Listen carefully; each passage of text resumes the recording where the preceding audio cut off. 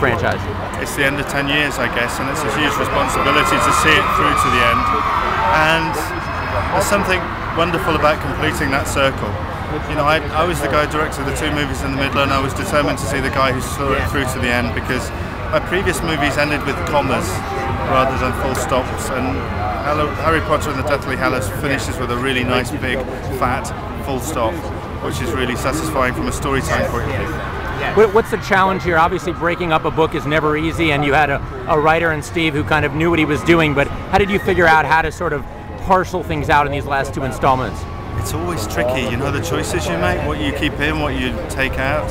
But Steve's first drafts are always absolutely brilliant, and he loves this material, as we all do, the people who make these films, and he always gives us a fairly robust set of choices to begin with, and then we do some refinements, add a few things, take a few more things out, and you always just want it to work in a cinematic way in the theatre. So we're always looking for a rhythm that feels satisfying for 2 or 2.5 hours in the theatre.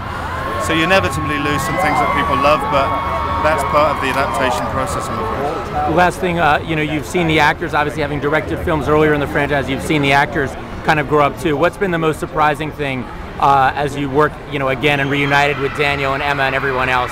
What surprised you about how they've evolved?